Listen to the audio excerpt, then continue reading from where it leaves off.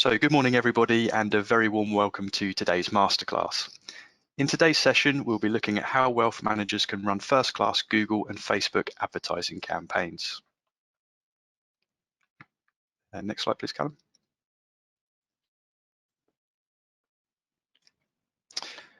So just before we begin, I should just take a moment to introduce you to today's speakers. We'll be hearing from Lee Gannon, who is our head of paid social here at Receptional. Lee joined the business 18 months ago with a particular focus on growing our paid social offerings for both Facebook and LinkedIn. He also has a keen interest in finance. Prior to working at the agency, Lee has also worked client-side as the marketing manager at a tech startup company, so he has experience on both sides of the table. We'll also be hearing from Callum Riches, who joined Receptional in the new year. He has 5 years experience at a London-based agency, working his way up to be their digital client lead. During this time, he has worked in a number of different sectors, including finance, retail, retirement, property, and many more.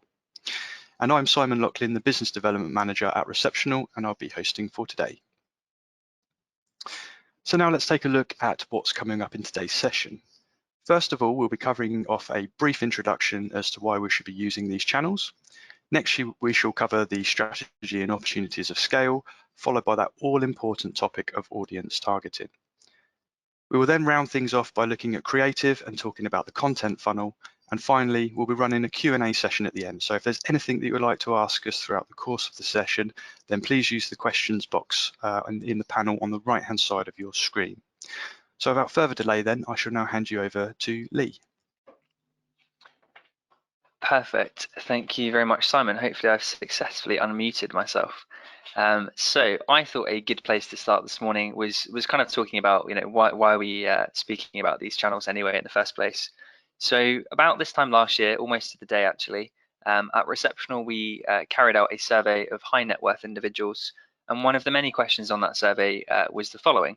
So which of these platforms have you used as part of your research when making financial investment decisions? I don't think anyone would be surprised to see that the platform that came out on top was search engines. I think everyone is straight to Google for pretty much any concern or question nowadays. But what was interesting was kind of the rest of the picture. So as many as sort of 4 in 10 people cited social media or video platforms like YouTube as part of that research for financial decision making. And I think what this reflects is the fact that your target audience in the wealth management space is using a wide range of platforms. So to be effective marketers, we want to make sure that our marketing strategy mirrors that. So we want to have a multi-channel strategy, which is what we're going to be introducing today. So I'll now pass you on to Callum, who's going to talk about some of the differences between Google and Facebook ads specifically. Thanks, Lee. So with that being said, it's important to understand what some of the main differences are between search and social ads, as this will help you plan out your campaign strategy later down the line. So by search, we're referring to Google and Microsoft, or Bing ads, as it's also known as. And these platforms are what we call inbound channels, because you are showing up when someone is actively looking for a product or service that's relevant to you, like how to save for retirement, or should I manage my own investments? It's keyword based, although Google are moving into an audience driven world, but we'll move on to that later. And the main benefit is that there is clear intent from your searchers. Search ads are very effective and you should all be investing in them, but they do have 2 shortcomings. The first is that only a fraction of your potential target market will be actively looking for you. The second is often cost, which in this industry in particular, CPCs can be quite competitive and therefore very high. Social ads are a little bit different, and we refer to these as outbound channels. So this is where you're showing up in someone's feed, in many ways unannounced. The targeting is based around audiences, often interest-based rather than keyword like Google, and this makes having a strong sense of your audience really, really important, and even more so that your message or the offering is relevant to your target audience as well, to ensure that your intrusion in your audience's newsfeed is received well. But a huge upside to this is that you can reach almost anyone in your target audience, often in the earlier stages of your marketing funnel, and there is also less competition. Finally, social is a lot more visual than search, which makes it far better for brand building, with YouTube really the only exception on the Google side, as really it's a hybrid search social platform now. Great, so I think that was a helpful kind of top level overview then of the kind of the two channels and some of the differences. But obviously this morning we're here to talk about advertising specifically in the wealth management space. So I thought maybe a decent place to start would be just to address some of the common challenges in this sector. And I don't think any of these on the list are going to be a great surprise to you. In fact, we've already sort of referenced the first challenge on this list. So I think it is a kind of expensive place to be advertising. You do boast some of the highest cost per clicks around. And I think that is relating to it being a competitive marketplace. A lot of brands, a lot of players in these auctions. Anywhere really that you have a kind of higher lifetime value of a customer, you're going to have, you're going to tolerate a higher cost per acquisition, which can make it a little bit difficult for smaller budgets to be able to kind of perform in this space. But we're going to be sharing some tips on how we might navigate that later. I think the third challenge is maybe a perception that it can be quite hard to reach the right people behind the keyword. So, you can target a keyword, but does the person typing that into Google necessarily fit your client kind of requirements, whether or not that's net wealth or maybe disposable income or some other equivalent factors. So we're going to be talking about audience targeting in the middle section of today's session. I think the fourth challenge is a more universal one that is still worth emphasizing. I think a lot of advertisers find that, say, social in particular or YouTube is quite hard to get into because they don't feel like they've got enough creative, particularly when it comes to video content. And we're going to be talking about some ways to get around that later. And then finally, I just wanted to give a nod to the fact that it is a highly regulated sector, and there are a lot of advertising policies that you have to walk a bit of a tightrope around. It's probably beyond the scope of today's session, to be honest with you.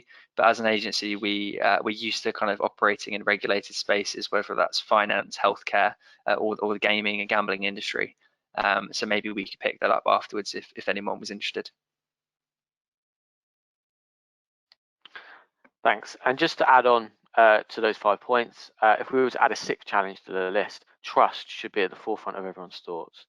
After reviewing the results of the Elderman Trust Parameter Study carried out last year, the financial services industry remains the least trusted sector according to the public. Now, this can put up some difficult hurdles whilst planning and running effective digital campaigns. So the slides to follow will help you to overcome some of the challenges that we've both just highlighted.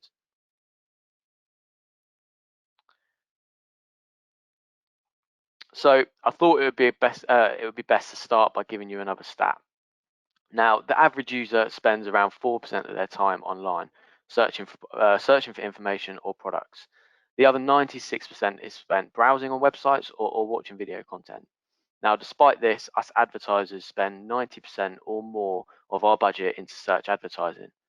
And this trend is compounded by the fact that CPCs for search in finance are among the highest of any sector, which can mean a limited amount of traffic for your investment. So I think what we would both kind of encourage wealth managers to do is to look a little bit beyond search them and look at some of what I would call the opportunities of scale on some of those kind of neighboring platforms. So even just within the Google ecosystem, if we look at the display network, we're talking about a network of 3 million websites and apps, which when you combine them together, you've got coverage on 95% of kind of the internet really. And that very much is plugging the gap on that 4% that Callum's just referenced there. That's to not even mention YouTube, which is obviously the second largest search engine around and somewhere we all spend an enormous amount of time on a daily basis. To kind of switch lanes to social, which is more my background, it's worth just highlighting for anyone that it maybe isn't familiar with the channel, that when we're talking about Facebook ads, we're actually able to access Instagram users and Messenger users as well. And Facebook even has its own audience network of websites too. So across the whole Facebook family, if you like, the ecosystem, all of these different apps, you can reach a staggering 2.8 billion with a B monthly active users, or how I like to phrase it, sort of 1 in 3 people on the planet, which continues to blow my mind. So there is quite simply no doubt that your target audience exists on some or most likely all of these platforms. And if you're not making a small investment in the various different pots, there's a good chance that you're leaving a lot of opportunity on the table, which we would encourage you to kind of consider in your marketing for 2021 and onwards. This is not going to be the last kind of marketing funnel based slide you'll see from us today, but I think this is a helpful visualization of some of those different channels that we've nodded to and we're going to be talking about later. Just mapping on onto the funnel the kind of part that they play. So in my experience, people tend to do the bottom of the funnel, the conversion side of everything, quite well. So that's the search ad piece that Callum's already referenced. But actually, I would be looking at building up your top to middle of the funnel and potentially plugging any gaps that you might have. So I think a good thought exercise is to evaluate your own advertising budget. Where are you spending money? And I think Callum's going to be talking a little bit more about planning out that budget just next coming up. Yes, thanks, Lee. So yeah, a question that we get asked all the time is how should you be allocating your budgets across this marketing funnel? Now, there isn't really a set rule which you must abide by, as every client is different depending on their campaign goals and their objectives. But as a rule of thumb, we like to advocate a 60-40 budget allocation. And what that really means is 60% towards cold prospecting traffic, which will help you reach new users and drive awareness and consideration at the top of the funnel. And then 40% towards warm traffic, which will help you influence users further down the funnel. Within this, we'd recommend around 10% towards awareness-based activity at the top of the funnel. Something less favored with advertisers as it doesn't always result in direct conversions, but by adopting this into your approach, you'll definitely help your campaigns at the lower end of the funnel. And Google specifically pushes a 60-30 split, 60-30-10 split for search, display, and video, which gives you a really nice mix of reaching cold and warm traffic throughout this funnel.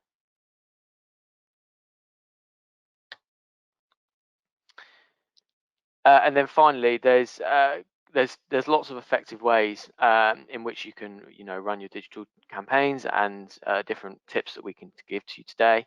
But two of the most effective we'd like to kind of talk to you about are remarketing lists and video views, which Lee will come on to in a minute.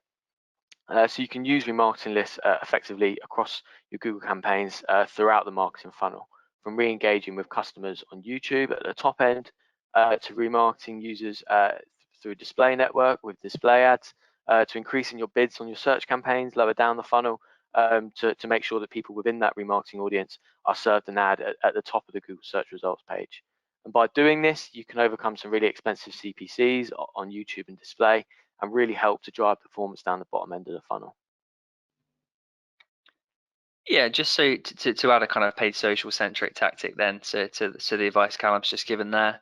My favorite strategy last year, this year, I think it's going to be kind of quite future proof for the foreseeable, is video view retargeting through Facebook ads. So the way this works is I would suggest allocating a small amount of your budget, maybe as much as 10% for that kind of top of the funnel, and set yourself up a video view campaign, which is designed to get as many eyeballs as possible in front of your video content. In addition to serving that kind of brand awareness function and help, probably have a knock-on effect on the rest of your activity by kind of increasing the familiarity with your brand amongst your audience. It serves a very key function when it comes to building out your middle of funnel, building out your remarketing lists. Because what we can do is we can create a custom audience within Facebook for people that have watched a certain amount of your video content.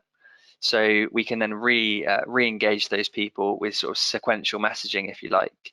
And the reason I'm such a huge fan of this, particularly on smaller budgets, is it's just such a cost-effective way to build out that marketing funnel. It can be quite expensive if you're trying to build out a remarketing warm audience through clicks, where a click could be a few pounds. But if you're doing it through video engagement, you can get someone to watch a video for a penny or less. So it's a really, really easy way to introduce scale into your marketing, and doesn't take a great deal of your budget to achieve either. Thanks for that, Lee.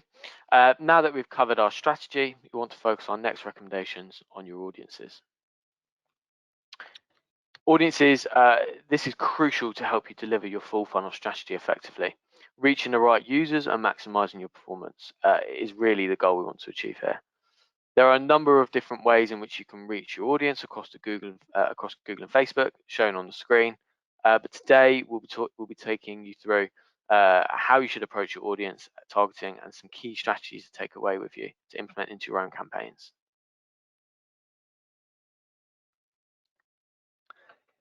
So I think probably the key to success with audience targeting is just having a really kind of well-defined audience in mind.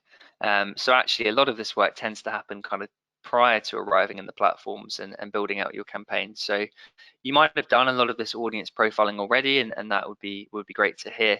But if you do need a helping hand, we've just got some sort of starter questions to get you thinking about who you're trying to reach. So beyond the obvious sort of demographic questions, how old is your audience, where do they live, we can ask more kind of finance tailored questions. So, what are their life goals, aspirations, maybe what financial challenges are they facing? What are they saving towards, investing towards? How do they make their money? We can think about professions and things like that. How close are they to retirement? Are they supporting a family, etc., etc. I think the more we can get closer to sort of audience motivation and pain points, the better you're going to be armed for firing up the platforms, building out your targeting by mapping some of these ideas onto the targeting options that are available to you.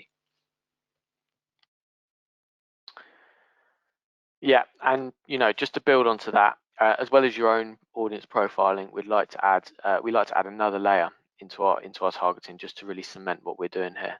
And by using the audience section within Google Analytics, you can use it to find really invaluable information about your website users, such as their age, their gender, topics that they might be interested in, and a lot more. One tip I have for using this tool is to create a custom segment. This will allow you to focus your research on the percentage of website audience that is most relevant to what you want to find and what you want to attract more of. So, as by the screenshot here, you can start by creating a converting user segment and drumming into the information there and really just pinpointing exactly what it is you want to find.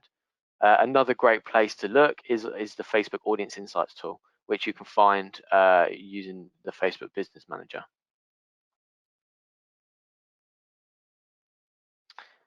Now, once you've gathered all of your research, it's time to start putting this research into practical targeting across your campaigns. As well as making sure you have your demographics targeting set correctly, there are a lot of other things you can do within the platforms to make sure that you're targeting your audience right. So across Google Ads, other than obviously your standard search keywords, there are a number of in-market and affinity audiences which you can use to overlay onto search, but also use on your display and video campaigns. These are just some of the examples that we picked out, which are quite industry based, just to give you a sense of what you can do on the Google Ads platform. So to take the sort of the paid social side of the coin, then I think on this, I've got a few kind of interest-based targeting ideas on the slide there, but really it's just a fraction of the potential opportunity. So in the interest of space and time, I think my main piece of advice would be just to try and be quite specific. I think one of the probably main challenges in this space is maybe differentiating between someone that's interested in a Tesla or a Ferrari or a Lamborghini and someone that maybe fits the profile of potentially being able to own one. So I wouldn't be building an audience around some of those kind of status symbol type brands. I think what I would encourage you to do is to try and be a little bit more specific. So an example I maybe would like to share is, you can target luxury homes as an interest, for example, but I think most people that are going to be falling into that bucket are probably just admirers like me. So where we might want to get a bit more specific, but following sort of the same train of thought, might be targeting someone that's interested in real estate investing. There's an element of intent that's been introduced there. Or getting even more specific, thinking about maybe industry terms. So I know REIT, real estate investment trust, is along those sort of lines, and these are available options for you to be choosing. And I think you can apply the same sort of thought experiment to a few different areas of wealth management, and I think it will serve you quite well. At the end of the day, you just have to remember that almost all of these channels are auction based. So the more creative you are with your targeting, the less competition there's going to be, and the lower your cost should be as a reward for your thinking.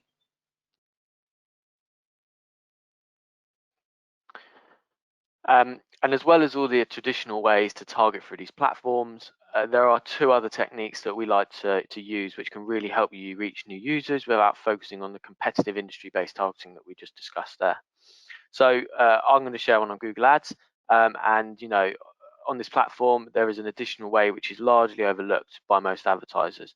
If we bring ourselves back to the stat on the time that users spent searching versus browsing, imagine being able to tie in that 4% spent across search engines and use this to target through display and video. Well, you can, and the way that you do that is by leveraging custom intent audiences. So, you know, to do this, you target, you can use this to target search terms like industry search terms, or it could also be used to kind of pinch competitor traffic by using competitor terms, or targeting competitor URLs. It's a really effective technique which I highly recommend using to add another layer onto your targeting for your campaigns. Yeah, I'm a huge fan of custom intent audiences on Google. I think not many people are using them or kind of realize just how powerful they can be, particularly with some of that competitor based targeting that Callum's just discussed there as well. My kind of favorite targeting tool, and this is quite helpfully shared across the platforms actually. So you've got the lookalike audience on Facebook, and then the equivalent tool called similar audiences on Google. If I had kind of one slot for kind of like one prospecting audience in my campaigns, as much as we've talked about interest-based targeting, it would probably be a lookalike audience, to be honest with you. So just to explain what these are for anyone's benefit, they work by uploading a seed audience into the platform. So the example on the slide would be, you know, some existing customer data, a list of your current client base, and then the respective platform will analyze the sort of shared characteristics, traits, behaviors of that list of people to the extent that we can sort of dream of doing manually, and then be able to use pattern recognition and machine learning to identify similar look at people that look like the seed audience. And it's just a brilliant way of taking a data-driven approach to your prospecting. So my kind of advanced tip here would be, you know, you're going to see the most success by putting in the highest quality seed audience. So as I've said, a lot of the time, if that can be customer data, then that's going to be the best possible signal for the system. Or if you've got a lot of customer data, we'll think about segmenting it, think about only uploading maybe your most desirable customers. We have to be pragmatic, and we do always try to wear that brand of hat of pragmatism here at Receptional. So I would just say work with what you have available. If you don't have a customer list size that's large enough, then I would think about maybe looking at leads in your CRM system, or maybe someone that's subscribed to your newsletter, and just kind of go down the chain and use the next best thing available to you. And I would certainly test some different options, because we're running these in almost all of our accounts, and they're often coming out as some of our best performing audiences. So I'm going to pass you back to Callum to talk about some remarketing, which I think is you know, the core part of the bottom of that marketing funnel. Thanks, Lee. So the final topic we wanted to cover today, as Lee said, is remarketing. So this is such an important part of your strategy, especially for finance, where customer journeys tend to be quite longer. So, you know, one thing to bear in mind is, you know, the reason why we use this is you shouldn't really expect your cold traffic to just convert with the salesy ads that are sometimes used later down the funnel, which is something that Lee will come on to shortly. You know, some top tips for remarketing is just make sure you're investing enough of your budget, perhaps 20% or maybe even up to 40% on re-engaging your prospects in your funnel, depending on where you're going to be using it in the funnel. And on the Google Ads side, you know, as I've already touched upon, you can use it really throughout the full funnel. You can use it at the very top, at the awareness stage, through re-engaging people on YouTube and getting them back to watching your content, through to display, where you might even, you know, be getting people just back onto the site, and then all the way through to search, where you can be overlaying this data on top of your keywords and increasing your bids to make sure that the ads are served at the very top of the search results page when people are searching for your products or services. Yeah, and I think if I had to add sort of two actionable tips to this piece of advice, then the first one would be to leverage as many warm audiences possible. I think a lot of the time we're guilty, when I look at accounts, of just kind of doing your sort of standard retargeting website visitors, and that's absolutely fine. That's a really key part of the marketing funnel. But actually, particularly on Facebook, we can be building custom warm audiences off of more engagement-based sources. So someone that's liked your Facebook page, someone that's engaged with your posts or your ads in the past, and obviously we've referenced video retargeting as well. So I would just be tapping into as many of these different sources as possible to make sure that you're squeezing as many people as you can into the middle of that funnel, because these people are your lowest hanging fruit, as I often like to say. My second kind of more advanced tip, but it's very, very easy to achieve, would be to actually also take the time to segment up those audience lists as well. So instead of having one website visitor list, break it out. I would have, a 7-day, a 30-day, a 90-day version, for example. And that's just going to give you a lot of flexibility with your messaging to be able to tailor your message to different levels of familiarity. And also use it for exclusions, which are just a huge part of audience targeting. So, you could then do something like target someone that's been on your website in the last 6 months, but hasn't converted in the last month or something like that.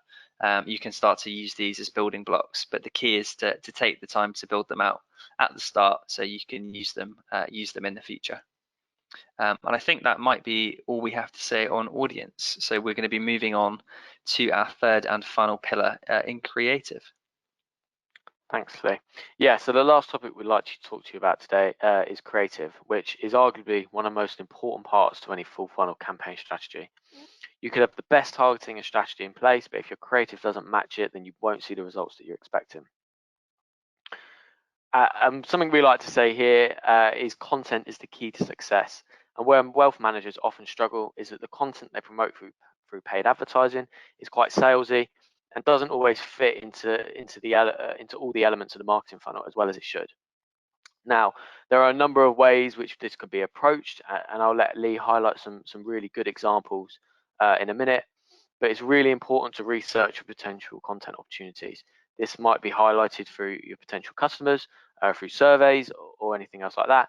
Or it could also be repurposing highly effective content used in other areas of your marketing, such as blog posts that have performed really well or really effective PR campaigns. So it's really important to just bear all these things in mind when planning out your campaign strategies. So I think I gave you a warning at the start of the session that there would be at least one marketing funnel. So here we have our second one. But really, it's more of a content funnel this time around. So I think it's always helpful when you're mapping out your content strategy, particularly the content that you want to put paid advertising behind, just to have a think about that marketing funnel, differentiating different messaging, different content at different stages of the funnel.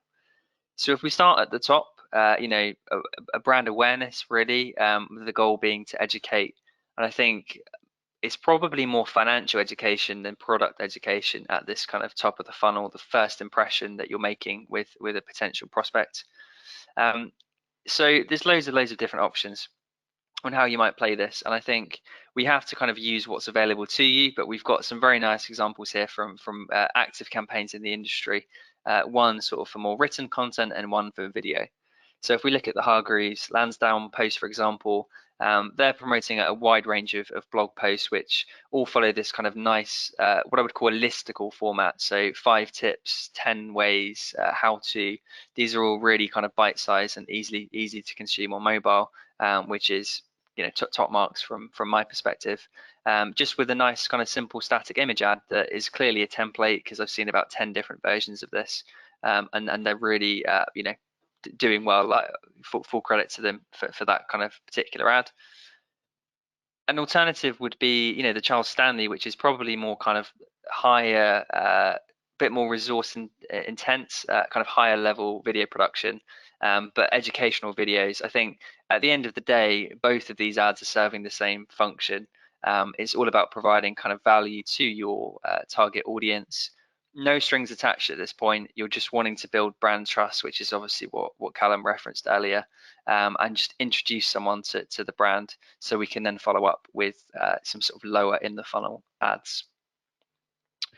So if we take the middle and the bottom of the funnel in one slide, the middle section is going to be nurturing your prospects, and I think the content can evolve to represent that as well. So the blog post might be maybe replaced with perhaps a more longer form piece of content. So this is where I would be thinking about guides or reports or ebooks.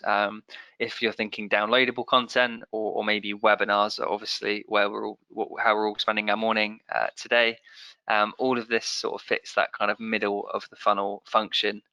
And I'd be quite happy for you to be running gated content at this stage. So what I mean by gated content is an exchange of contact information for the content offer. So this can be a great way to get the details of your kind of prospects as they're kind of starting to educate themselves and show a bit more interest in your brand.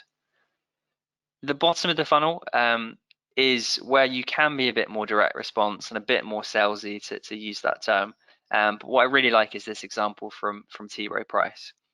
So rather than shouting about how great they are and their products and services, they're making it customer centric, which is certainly a best practice in 2021. So we've got a nice customer testimonial ad. There's also a sort of a short video. So I think if you combine these examples together, we've got a pretty nice marketing funnel that I'd be pretty proud of if this was my brand. And hopefully that's a model that you might find useful when you're planning your own content and your own advertising strategy to promote it as well. Thanks, Lee. Now that we've covered content, we should also be thinking about what type of ads we're running. These platforms have come a very long way over the last few years, progressing from Google text ads, where you can only input one headline and two descriptions, to fully responsive solutions, where you can input multiple copy and image variations, allowing for machine learning and platform algorithms to take over your creative decisions. And this really does improve your performance significantly, and really the reason why these have been brought into the platforms.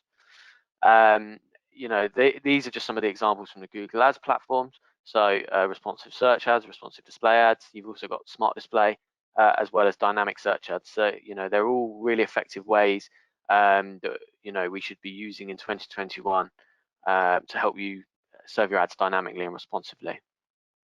Facebook has its own solution with multi-text option across most of its ads, which allows you to just add multiple options in the text allocation bits. Now, responsive display ads are my particular favorite, really, mainly because it removes the need for continuous banner revisions, which have to be done by a graphic designer. And it removes this and replaces it with a templated approach, which allows you to serve your library of assets across most of, or if not all, of the GDN, so the Google Display Network. And it does this responsively, so matching different combinations of the images to the headlines to descriptions based on the performance of the previous ads or even how the user behaves previously to different ads that the system's collected. So they're really effective ways to test multiple different ad formats at once.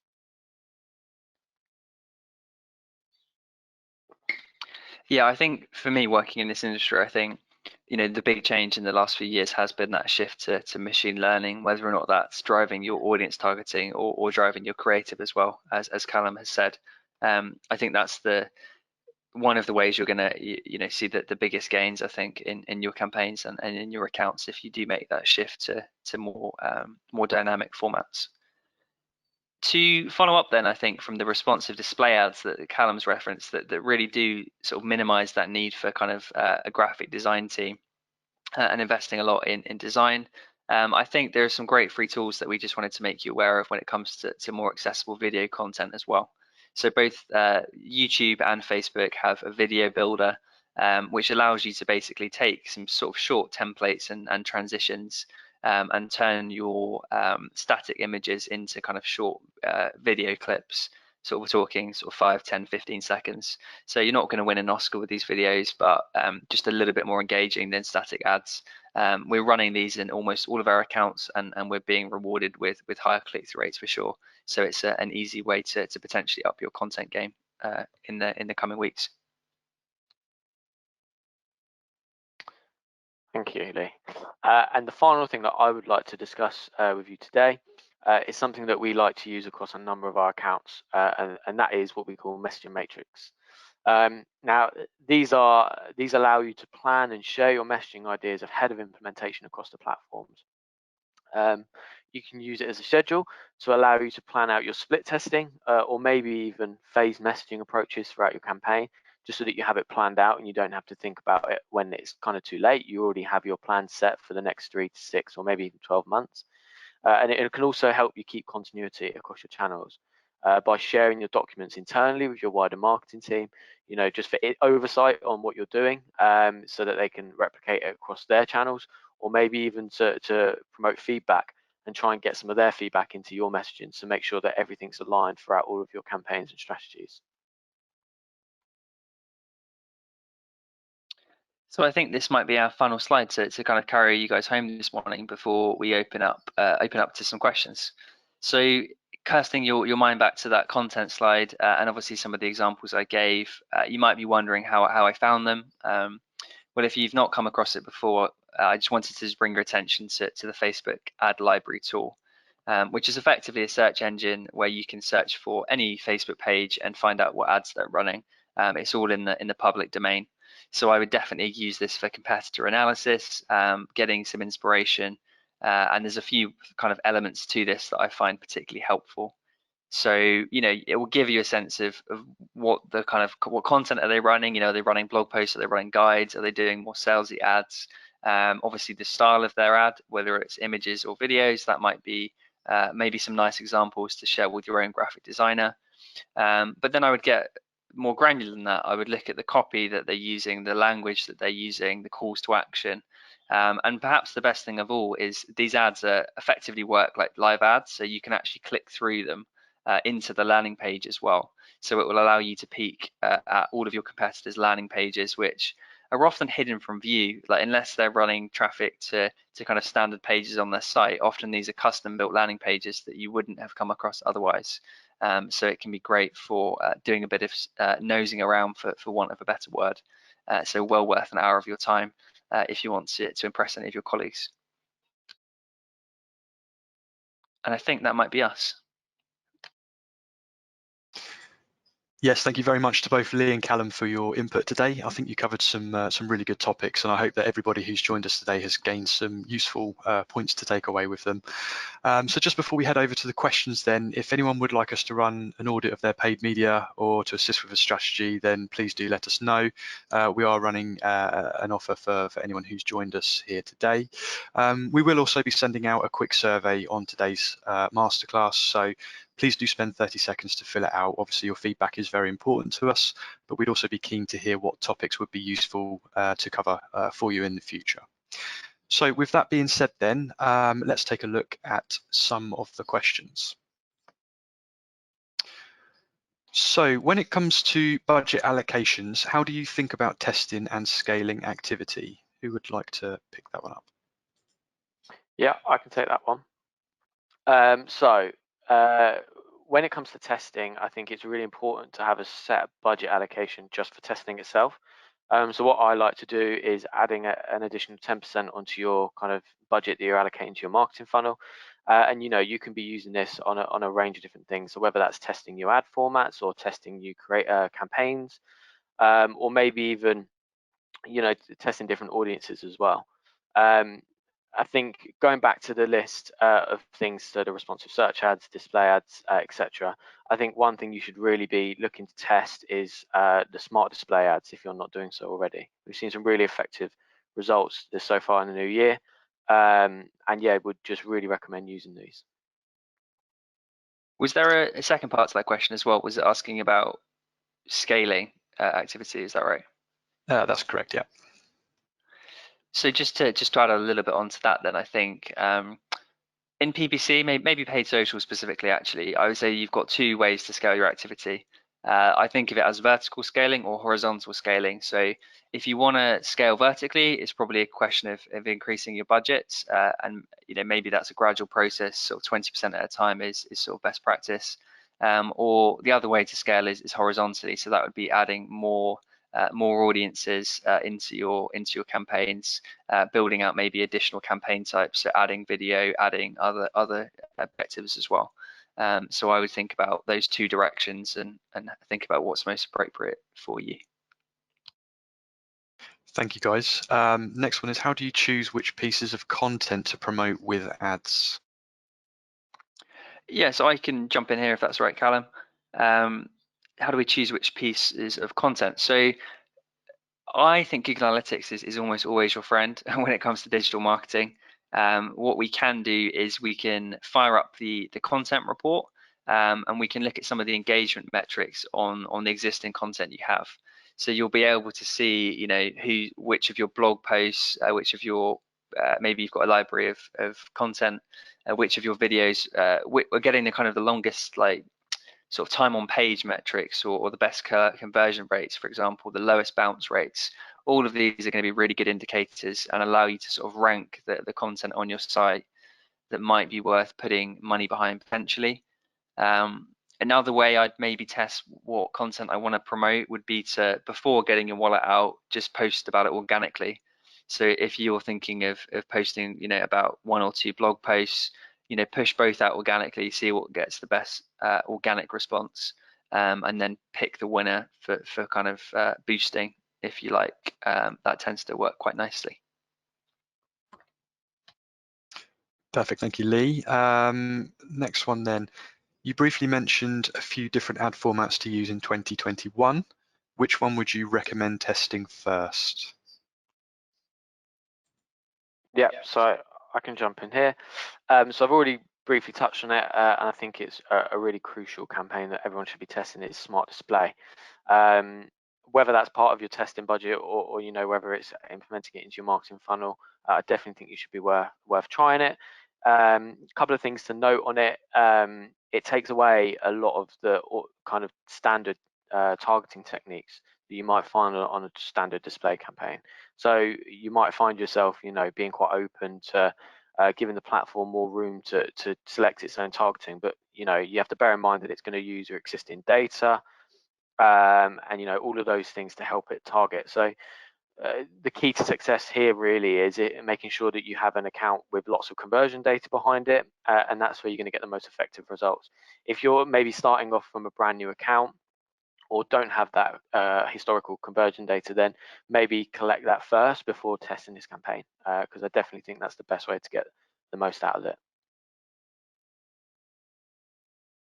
Thank you very much, Callum. So the next one is, how would you use custom audiences for the wealth management space? Okay, I'll take this one as well, Lee. So I briefly touched on it already. I think maybe it's more important to highlight exactly what I meant through the slides. So there are a number of different ways you can use it. Some of them, you know, the most favored that I like to use.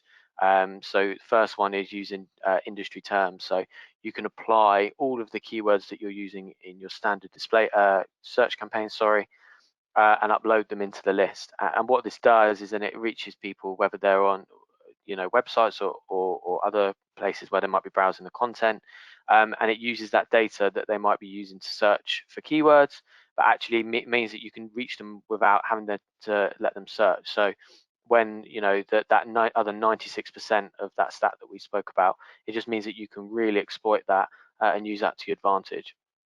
The other couple of ideas that I really like to use it on as well is competitor.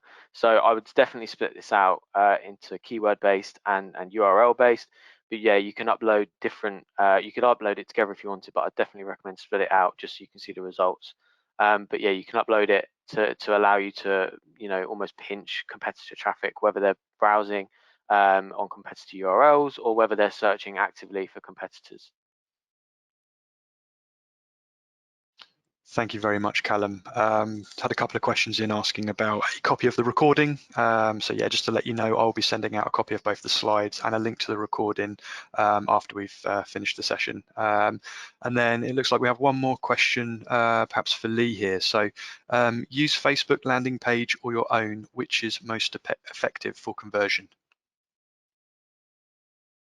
Yeah, good question. So I think I'm going to give a grey, wish-washy, annoying answer on this one. Both have their merits, basically. The way to think of it is, if you're going to use like native capture, so within Facebook, without sending someone to your website, so say for example with the lead gen forms, you're going to get a lot more volume of people signing up, because there's there's a lot less friction in that experience. There isn't that variable of a landing page that might not be to someone's taste or might not load quick enough. So if you're interested in volume, then I would be doing native Facebook landing pages or forms. If it's more about quality, and I think maybe in this space it probably is lead quality, you're going to get better results from using your own landing page on your website, and obviously that's an iterative process in terms of optimizing that page over time. So I would try both, but I tend to send most of my traffic on Facebook to someone's website.